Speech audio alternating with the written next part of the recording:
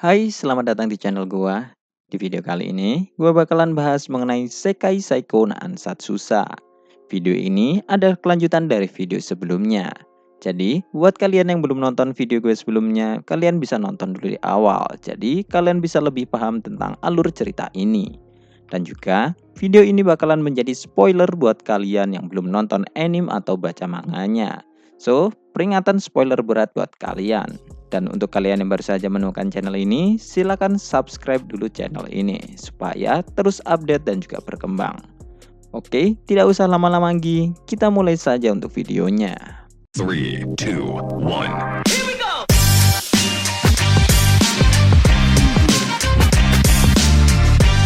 Cerita dimulai setelah Luke dan Maha sudah tertidur.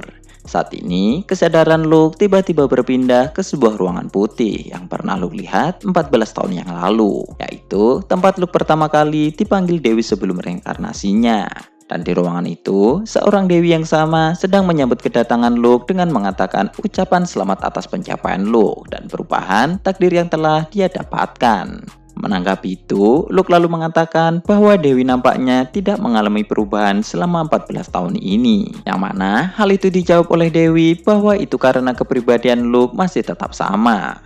Karena kepribadian Dewi akan berubah sesuai dengan kepribadian dari orang yang dipanggilnya.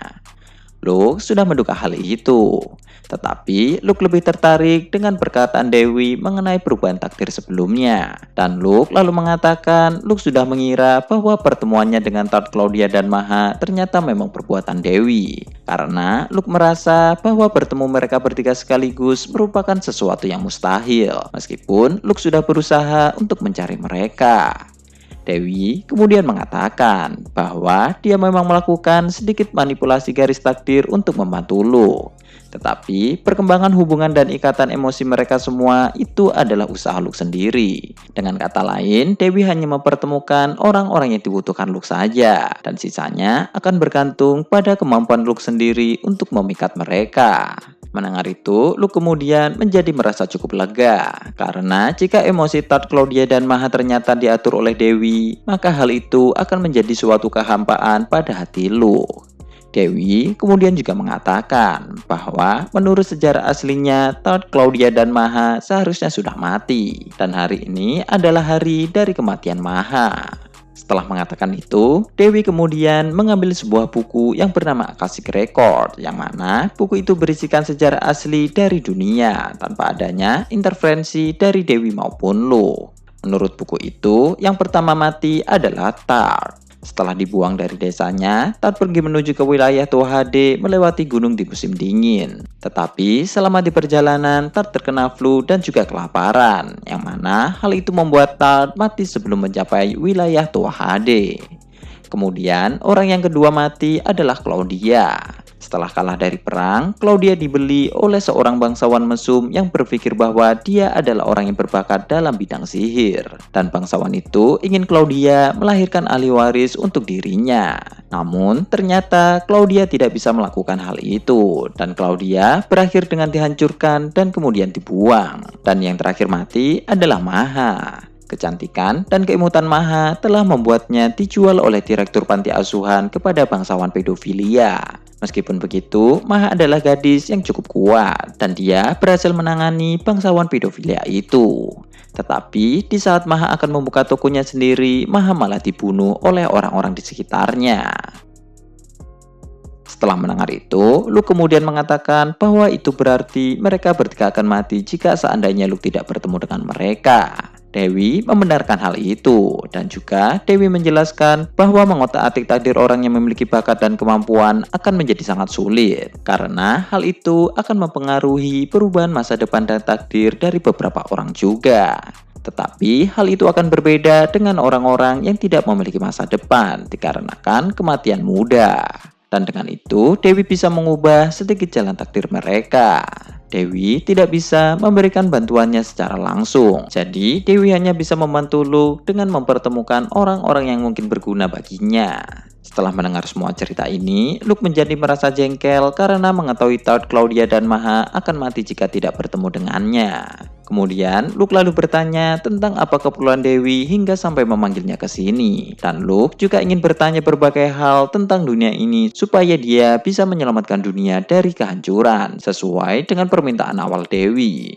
Mendengar itu, Dewi kemudian mengatakan bahwa dia tidak bisa menjawab pertanyaan Luke mengenai aturan dunia karena hal itu nantinya akan sangat mempengaruhi takdir Luke. Tetapi untuk pertanyaan mengapa dia memanggil Luke ke sini, Dewi lalu mengatakan bahwa berkat pencapaian Luke, para petinggi menilai Luke layak untuk menyelamatkan dunia. Dan mereka juga akan menambahkan beberapa tugas kepada Luke. Dan oleh karena itu, Dewi juga akan memberikan hadiah kepada Luke. Mendengar itu, Luke kemudian berasumsi bahwa hadiah itu adalah sesuatu yang mungkin saja dilewatkan oleh Luke. Mengingat sang Dewi sendiri sudah repot-repot memanggil Luke ke sini. Mendengar itu, Dewi hanya tersenyum dan dia memberitahu Luke bahwa Luke adalah satu-satunya orang yang bisa dia andalkan untuk saat ini. Karena dia sudah tidak bisa mengandalkan para idiot yang menggunakan skill cheat dan pengetahuan masa lalu tanpa berpikir terlebih dahulu. Yang mana hal itu telah membuat mereka terbunuh dengan kesalahan mereka sendiri. Sebenarnya Dewi tidak peduli jika mereka mati, tetapi tetap saja kematian sia-sia adalah membuang sumber daya yang sudah diberikan. Dengan jaringan informasi Orna, Luke sudah menemukan orang-orang yang dimaksud Dewi sebelumnya, yaitu orang yang bereinkarnasi sama sepertinya. Orang-orang itu sangatlah mencolok dalam menggunakan skillnya. Meskipun memiliki skill cheat, mereka masihlah manusia, yang mana jika mereka lengah, mereka bisa terbunuh begitu saja. Luke pernah menawarkan beberapa bantuan kepada orang-orang itu, tetapi orang-orang itu malah menolak bantuan Luke. Dan kemudian setelah obrolan itu selesai, Dewi mengatakan bahwa sudah saatnya untuk Luke kembali. Dan tak lama setelah itu, ruang putih pun menjadi terdistorsi. Dan Luke mulai terbangun dari mimpi bertemu Dewi. Dan lalu ketika Luke terbangun, dia melihat Maha yang masih tertidur di sampingnya. Tidak seperti biasanya, wajah Maha sekarang terlihat lebih santai. Saat melihat wajah Maha, Luke teringat lagi dengan perkataan Dewi yang mengatakan bahwa Talt, Claudia, dan Maha akan mati jika tidak bertemu dengan Luke. Tujuan Luke datang ke dunia ini adalah untuk menghentikan amukan dari Epona. Tetapi saat ini Luke bukanlah boneka lagi, dan Luke berpikir bahwa dia juga akan menyelamatkan dan melindungi mereka bertiga. Tak lama kemudian, Maha pun juga akhirnya terbangun dari tidurnya. Maha masih terlihat cukup mengantuk. Hal itu mungkin karena dia masih kelelahan akibat ritual mantap-mantap yang terjadi semalam. Awalnya, Luke membiarkan Maha untuk memimpin ritual itu. Tetapi di saat babak kedua, Luke kemudian mengambil alih jalannya ritual mantap-mantap itu. Dan seperti yang Luke duga, meskipun Maha sudah mempelajari teorinya, namun Maha masih kalah dalam hal pengalaman. Meskipun begitu, Maha yang memiliki jiwa kompetitif masih sempat belajar dan mempelajari setiap gerakan Luke saat melakukan ritual. Luke sempat bertanya tentang kondisi Maha, karena Luke melakukan ritual itu terlalu kasar kepada Maha yang baru pertama kali melakukan ritual itu. Tetapi Maha menjawabnya bahwa dia baik-baik saja, dan setelah mengenakan pakaian santainya, Maha kemudian membuatkan teh untuk Luke. Bersama dengan itu, makanan sarapan pagi dari penginapan juga baru saja dikirimkan. Menu sarapan kali ini adalah sandwich. Dan sambil menikmati sarapan, Maha kemudian memberikan sebuah amplop yang berisikan dokumen hasil penyelidikan dari agen rahasia. Berdasarkan dokumen itu, telah terjadi keanehan anomali di sebuah kota besar yang terletak di barat laut yang bernama Birnor.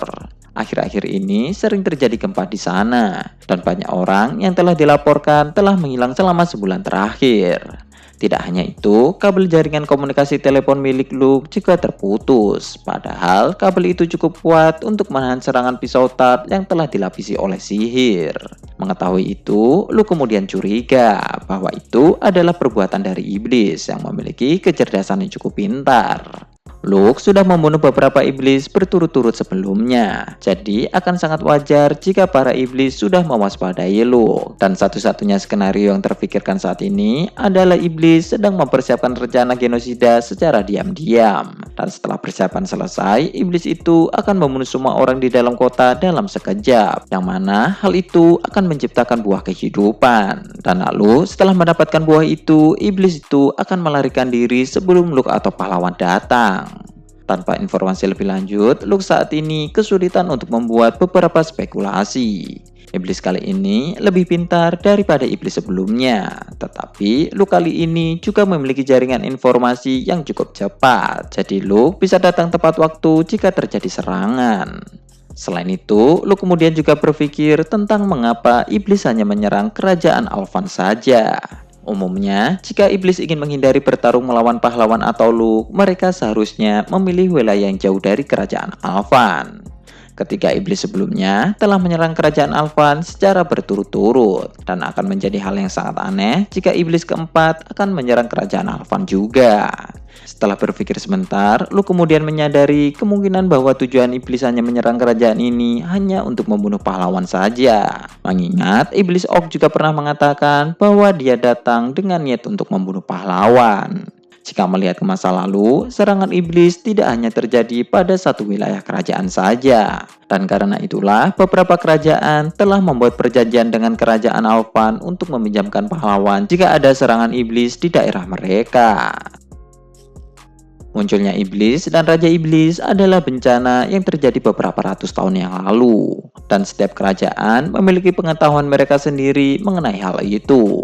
Dan lalu para iblis seharusnya bisa menyerang kerajaan manapun sesuka mereka. Tetapi saat ini mereka malah tidak berusaha untuk melakukannya. Dan mereka hanya menargetkan kerajaan Alvan. Yang mana hal itu menciptakan suatu kejanggalan yang besar. Setelah selesai membaca semua dokumen, Luke kemudian berterima kasih kepada Maha karena sudah berusaha keras dalam mencarikan informasi ini. Dan kemudian setelah sarapan dan mandi, Maha pun akhirnya kembali ke kantor Orna karena dia harus menyelesaikan beberapa tugasnya. Sementara untuk Luke juga kembali ke wilayah Tua Hade. Setelah berada di rumah, Luke kemudian menghubungi Mina sambil menunggu informasi tambahan dari para agen yang telah Luke kirimkan ke kota Birnor. Tart dan Claudia juga baru saja menyelesaikan tugas yang diberikan oleh Luke sebelumnya. Dan lalu ketika Luke, Tart, dan Claudia sedang bersama, Tart dan Claudia kemudian bertanya tentang tindakan apa yang akan Luke lakukan mengenai Confrentrot. Mengingat Confrentrot sudah jatuh cinta dengan penyamaran wanita Luke. Luke kemudian menjawabnya bahwa Luke sudah mengirimkan surat sebagai Law kepada Frentrot yang mengatakan bahwa Law sudah kembali ke rumahnya dengan selamat dan Law akan menemui Frentrot lagi di ibu kota 2 bulan lagi. Dan selama 2 bulan itu, Luke akan membuat Frentrot mulai tidak menyukai Law secara perlahan hingga akhirnya Frentrot dan Law akan berpisah. Pada dasarnya, Frentrot dan Law belum pernah saling mengenal dalam waktu yang lama. Jadi, Luke akan menggunakan kesenjangan itu untuk menciptakan perbedaan yang menunjukkan bahwa mereka berdua bukanlah pasangan yang cocok. Mendengar itu, wajah Tart kemudian berubah menjadi tambah khawatir karena Tart merasa takut bahwa Luke juga akan meninggalkannya menggunakan cara itu. Melihat itu, Luke kemudian mengatakan bahwa dia tidak akan meninggalkan Tart. Dan Luke juga mengatakan bahwa perasaan Luke kepada Tart dan Claudia adalah perasaan yang asli dan bukan hanya sekedar akting belaka. Dan lalu setelah selesai menulis surat, Luke kemudian mengirimkan surat itu menggunakan merpati yang diberikan Frentrot kepada Law sebelumnya. Dan dengan ini, masalah mengenai Frentrot akhirnya pun selesai. Dan Luke kemudian mengatakan bahwa besok pagi dia akan melihat hasil tugas yang telah Luke berikan kepada Tart dan Claudia. Namun, keesokan harinya, rencana Luke untuk melihat hasil tugas Tart dan Claudia akhirnya terpaksa dibatalkan karena sudah terjadi sesuatu yang tidak beres pada kota Birnor. Sebelumnya, Luke sudah mengirimkan agennya yang sudah dibekali dengan sistem komunikasi cadangan. Tetapi, Luke tiba-tiba kehilangan kontak dengan agennya itu dan ada kemungkinan bahwa agennya sudah mati terbunuh. Situasi saat ini sudah menjadi lebih buruk dan Luke juga masih kekurangan informasi. Saat di Tanah Suci, Aram Karla hanya memberitahukan mengenai keberadaan 8 iblis dan itu hanyalah informasi yang cukup samar. Sementara Luke saat ini juga tidak bisa menghubungi Mina karena Mina tiba-tiba menghilang dan ada kemungkinan bahwa Mina menghilang karena dia tidak ingin memberikan informasi kepada Luke. Yang mana hal itu kemudian membuat Luke saat ini hanya memiliki 2 pilihan saja. Pertama, Luke terus mengumpulkan informasi dan tidak bergerak sampai mendapatkan kemungkinan untuk bisa menang. Dan yang kedua, Luke langsung pergi ke kota Birnor untuk langsung mencari iblis yang berada di sana. Kedua pilihan mempunyai keuntungan dan kerugian masing-masing. Misalnya, jika Luke tetap menunggu informasi, kemungkinan kemenangan Luke akan meningkat. Tetapi akan ada kemungkinan bahwa buah kehidupan akan selesai dibuat, dan buah itu akan dibawa kabur oleh iblis itu. Sementara, jika Luke langsung pergi ke kota Birnor, Luke mungkin bisa tepat waktu untuk mengganggu proses pembuatan buah kehidupan. Tetapi, hal itu akan menjadi sangatlah berbahaya, karena melawan musuh tanpa ada persiapan yang matang sebelumnya.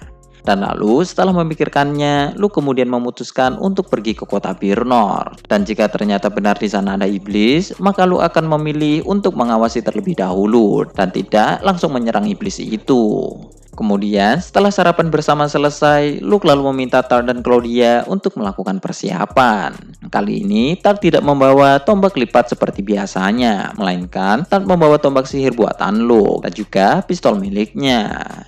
Setelah persiapan selesai, Luke, Tart, dan Claudia kemudian terbang menuju kota Birnor menggunakan pesawat layang. Dan karena kali ini Luke, Tart, dan Claudia tidak mengetahui iblis apa yang akan mereka lawan, Luke memutuskan untuk melakukan investigasi sendiri terlebih dahulu. Sementara Tart dan Claudia akan bersembunyi dari tempat yang jauh. Luke memilih akan bergerak sendiri terlebih dahulu karena hal itu akan menciptakan kemungkinan kecil untuk ditemukan oleh musuh. Selain itu, jika Luke sendirian, hal itu juga akan membuat Luke lebih mudah untuk melarikan diri jika situasi berubah menjadi di luar perkiraan Luke. Namun, Luke berharap bahwa dia bisa melakukan serangan dan mengalahkan iblis itu.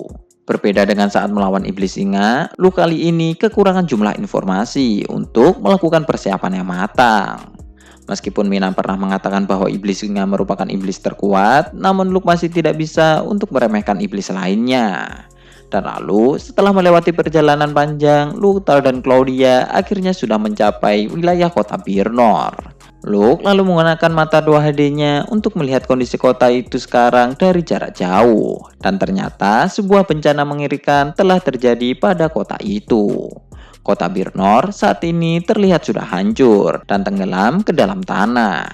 Sebuah kota besar yang dihuni ribuan orang telah terjatuh ke dalam sebuah lubang yang memiliki kedalaman sekitar 100 meter. Sejauh mata memandang, kerusakan bangunan di kota terjadi akibat kota jatuh dalam sekejap. Dan kemungkinan besar semua penduduk di kota sudah mati. Setelah berpisah dengan Tart dan Claudia, Luke kemudian mendarat di atas kota yang sudah hancur itu menggunakan sihir anginnya. Dan Luke menciptakan sebuah bantalan angin di bawah telapak kakinya untuk berjalan di atas kota supaya tidak ada suara dan mengantisipasi kehadirannya diketahui oleh musuh. Karena sebagian besar makhluk yang hidup di tanah biasanya sangat sensitif dengan getaran yang menjalar di tanah. Setelah mendarat di kota, Luke melihat dan mencium bau mayat dari para penduduk yang berserakan di kota. Mayat penduduk masih belum membusuk, tetapi tubuh mereka telah hancur akibat terjatuh dari ketinggian. Selama berjalan di kota, Luke terus menggunakan mata 2HD-nya untuk melakukan investigasi. Dan setelah beberapa saat, Luke akhirnya paham dengan pembuatan buah kehidupan yang sebenarnya. Saat melawan monster kumbang, Luke awalnya mengira bahwa untuk membuat buah kehidupan memerlukan nutrisi dan kekuatan sihir pada tubuh manusia. Tetapi hal itu ternyata salah. Dan sebenarnya pembuatan buah kehidupan hanya membutuhkan jiwa dari manusia. Biasanya ketika manusia mati, maka jiwa mereka akan kembali ke surga. Dan Dewi akan memutihkan jiwa itu kemudian mereinkarnasinya ke dalam tubuh baru. Tetapi jiwa orang-orang di dalam kota ini telah ditahan dan secara bertahap dikirimkan ke suatu tempat yang lain. Dan kemungkinan besar iblis kumbang dulu menyerap nutrisi dan sihir manusia hanya karena dia ingin mendaur ulang tubuh manusia untuk meningkatkan jumlah tentara monster pohon miliknya. Dan karena inilah iblis benar-benar sangat berbahaya bagi dunia. Karena jika jumlah jiwa yang seharusnya kembali ke surga berkurang, maka jumlah jiwa di dunia juga akan berkurang juga. Karena tidak ada proses dari reinkarnasi, yang mana hal itu juga akan membuat susah para dewa dan dewi. Kekuatan sihir adalah kekuatan yang dihasilkan dari jiwa. Dan karena Raja Iblis mempunyai ribuan jiwa yang dipadatkan, Raja Iblis pasti mempunyai kekuatan yang sangat luar biasa. Dan kemudian setelah mengetahui ini, Luke kemudian membuat sebuah hipotesis tentang asal kekuatan pahlawan juga, yang mungkin tidak jauh berbeda dengan Raja Iblis, yang mana adalah makhluk yang lahir dari kompresi ribuan jiwa. Dan jika itu benar, maka hal ini akan menjadi masuk akal tentang mengapa Dewi hanya bisa menghasilkan satu pahlawan dalam satu era saja. Karena jika Dewi menciptakan makhluk seperti pahlawan terus-menerus, maka jiwa-jiwa di dunia akan terkuras dengan cepat. Dan kemudian ketika Luke sedang memikirkan hipotesis lain, tiba-tiba ada suara tertawa yang terdengar. Dan suara itu juga mengatakan bahwa dia tidak menyangka masih ada orang yang hidup. Dan dia tidak akan membiarkan orang itu untuk melarikan diri. Sesaat setelah suara itu terdengar, sejumlah kekuatan sihir dan racun keluar ke udara. Selain itu, ada tentakel licin berwarna merah muda yang tak terhitung jumlahnya juga keluar dari tanah. Dan tentakel itu memiliki ukuran yang jauh lebih besar daripada tubuh milik Luke. Dan kelenjar keringat tentakel terus berubah menjadi kabut yang terus mengisi lubang pada seluruh kota. Melihat itu, Luke kemudian memutuskan untuk segera pergi ke permukaan untuk mengumpulkan informasi penting. Karena jika Luke sampai menghirup kabut itu, maka hal itu akan menjadi sebuah akhir bagi kehidupan Luke. Oke, sekian dulu untuk pembahasan di video kali ini. Dan kelanjutannya akan bakalan kita bahas di video selanjutnya. Terima kasih buat kalian yang sudah berdonasi dan semoga rezeki kalian terus bertambah. Dan jangan lupa tulis pendapat kalian di kolom komentar dan juga share video ini untuk berbagi ke teman kalian. Terima kasih sudah mendengarkan dan goodbye. Dan jangan lupa untuk subscribe.